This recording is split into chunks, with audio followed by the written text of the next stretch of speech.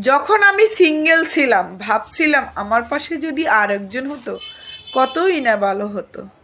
যখন আরেকজন হয়েছে তখন আবার ভাবলাম এর পাশে যদি মাঝখানে আরেকজন হতো আরও কত যে ভালো হতো। যখন আরেকজন হলো ভাবলাম এর পাশে যদি আরে একটা মেয়ে না ছেলে হতো কি যে ভালো হতো, সংসারটা আমার ভরপুর হতো।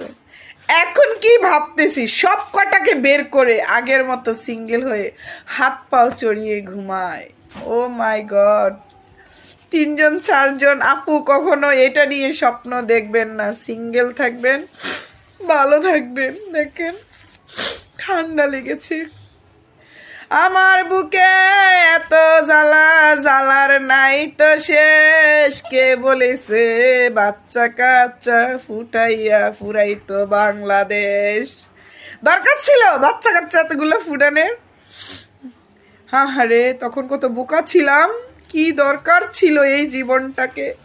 সিঙ্গেল ছিলাম, ভালো ছিলাম। আর এই গানটা কোনো আপু গাইবেন না।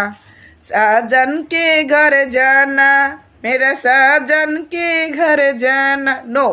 সাজানকে ঘরে যাবেন, সাজানের এই পোলা ফাইন দিয়া ঘর দুয়ার ভরাই ফেলবেন। মেরা মায়ের ঘরে থাকে না, শাহজানকে ঘরে জানা, মেরে মায়ের ঘরে থাকে না। কি শান্তি বাবা মার কাছে থাকলে।